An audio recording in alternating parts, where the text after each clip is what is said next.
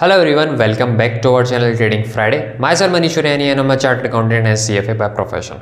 अभी तक की इस ऑप्शन क्लास में हम ऑलरेडी सीख चुके हैं कि एग्जैक्टली ऑप्शन क्या होता है, ऑप्शन चेन का एनालिसिस कैसे करते हैं, यहाँ तक कि एल्गो ट्रेडिंग क्या है, एल्गो ट्रेडिंग से आप कैसे एक प्रॉफिटेबल ट्रेडर बन सकते हैं, वो सारी चीज़ें हमने डिटेल में ऑलरेडी डिस्कस कर रखी है हमारी पुरानी वीडियोज़ में. So please make sure to watch those videos as well.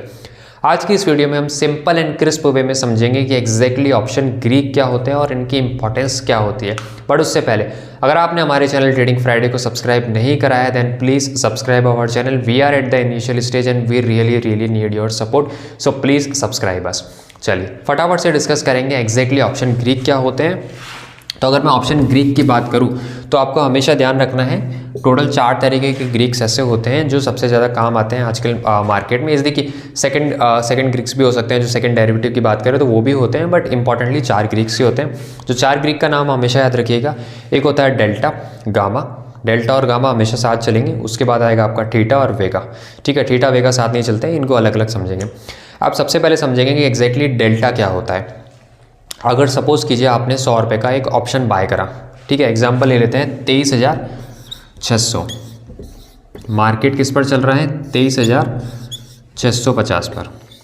ठीक है, मार्केट चल रहा है 23,650 पर. आपने 23,600 का ऑप्शन बाय करा है. कितने में बाय करा है? मैंने बाय करा है 100 रुपये में. ठीक है, कब बाय करा है? आज बाय करा है, अभी बाय करा है. अब मार्केट चला गया 23,700 पर. अब मुझे बताइए कितना प्रॉफिट होगा या कितना लॉस होगा या कुछ भी नहीं होगा, ये मुझे बताइए. ये कौन बताने का काम, जिम्मेदारी किसकी? डेल्टा की होती है. ठीक है, डेल्टा आपको बताएगा कि इसमें कितना प्रॉफिट होगा कि कितना लॉस होगा.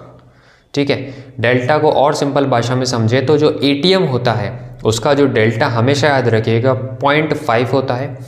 आईटीएम का डेल्टा हमेशा 0.5 से ज़्यादा रहेगा और ओटीएम का जो डेल्टा रहेगा हमेशा 0.5 से नीचे रहेगा. हमारे केस में ये 100 रुपये क्या था? हमारे केस में ये 100 रुपये आईटीएम था, क्योंकि हमने किसका बाय करा है? 23,600 का. तो ये हुआ आपका आईटीएम. इसका डेल्टा मैंने अभी थोड़ी देर पहले आपको क्या बोला? 0.5 से ज़्यादा. कितना ज़्यादा? वो डिपेंड करता है कि कितना ज़्यादा इन द मनी है. ये ज़्यादा इन द मनी नहीं है, तो इसके केस में इसका डेल्टा कितना रहेगा? 0.6 के आसपास मान लीजिए. ठीक है, अब फ़ायदा या घाटा निकालने के लिए आपको क्या करना है? रिवाइज्ड ऑप्शन प्राइस निकालने के लिए आपको क्या करना है? इस 0.6 को मल्टीप्लाई करना है चेंज इन प्राइस से. चेंज इन प्राइस कितना है? 50. ठीक है, 50 से मल्टीप्लाई कीजिए तो आपके पास कितना आएगा? 30 रुपये. 50 को 0.6 से मल्टीप्लाई करेंगे तो 30 रुपये आएगा. रिवाइज प्राइस कितनी रहेगी? 130. आपको यानी कि 30 पॉइंट का यहाँ पर फ़ायदा हो जाएगा. सो एग्जैक्टली मैं ऑप्शन डेल्टा को बोलूँ तो ऑप्शन डेल्टा होता क्या है? Change in underlying price. Underlying price के चेंज से ऑप्शन के प्राइस में कितना ज़्यादा चेंज आएगा वो डिसाइड करने की जिम्मेदारी होती है डेल्टा की. ठीक है, अब सेकंड एग्जांपल ले लेते हैं. यहाँ तक क्लियर करते हैं. अगर आपको कुछ डाउट है आप कमेंट कर सकते हैं. अब सेकंड ले लेते हैं, सबसे सिंपल वाला ले लेते हैं. फॉर एग्जांपल आपने ऑप्शन बाय करा. ठीक है, आपने ऑप्शन बाय करा 4 दिन बाद का. अब जो सेलर है वो 4 दिन क्यों इंतज़ार करेगा?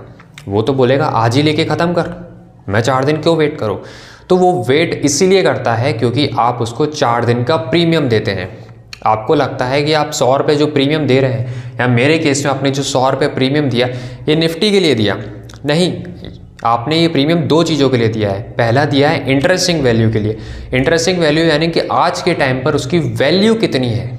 ठीक है, 23,600 का आपने लिया और 23,650 मार्केट चल रहा है, तो आज के टाइम इसकी वैल्यू कितनी रही? 50 रुपये. 50 रुपये आपने इसको वैल्यू के दिए और बाकी 50 रुपये आपने क्यों दिए? इसको टाइम वैल्यू के दिए. आपने वो 4 दिन के लिए दिए, इसीलिए आपको ऑप्शन सेलर 4 दिन दे देता है कि ठीक है भैया तू 4 दिन रख ले. तो यानी कि जो सेकंड ग्रीक जिसकी मैं बात करने वाला हूँ वो है थीटा. अब थीटा का क्या होता है कि जैसे जैसे हम टाइम के पास आते जाएंगे और ऑप्शन वहीं का वहीं खड़ा है, या स्ट्राइक प्राइस वहीं का, जो मार्केट प्राइस है वो वहीं के वहीं खड़ा है, वो मूव नहीं कर रहा है, तो वो थीटा क्या करता है? तेज़ी से डिके करने की कोशिश करता है. याद रखिएगा जितना ज़्यादा दूर होता है, जितना ज़्यादा दूर होता है उतना ही ज़्यादा थीटा कम डिके होता है. ठीक है, फॉर एग्जाम्पल अगर मैं 4 महीने का ले लूँ, 4 मंथ का मेरा कॉन्ट्रैक्ट है. ठीक है, तो आप खुद देखिए ना यार, अभी तो 4 महीने हैं तो अभी वैल्यू क्यों गिरेगी? अभी तो 4 महीने हैं. या फिर मैं बोल दूं कि कल ही एक्सपायरी है, कल ही टेंशन आ जाएगी, कल ही मेरा प्राइस गिर जाएगा। तो इसके केस में ध्यान रखिएगा, जो दूर का होता है उसका थीटा कम डिके होता है और जो पास का होता है उसका थीटा ज़्यादा डिके होता है।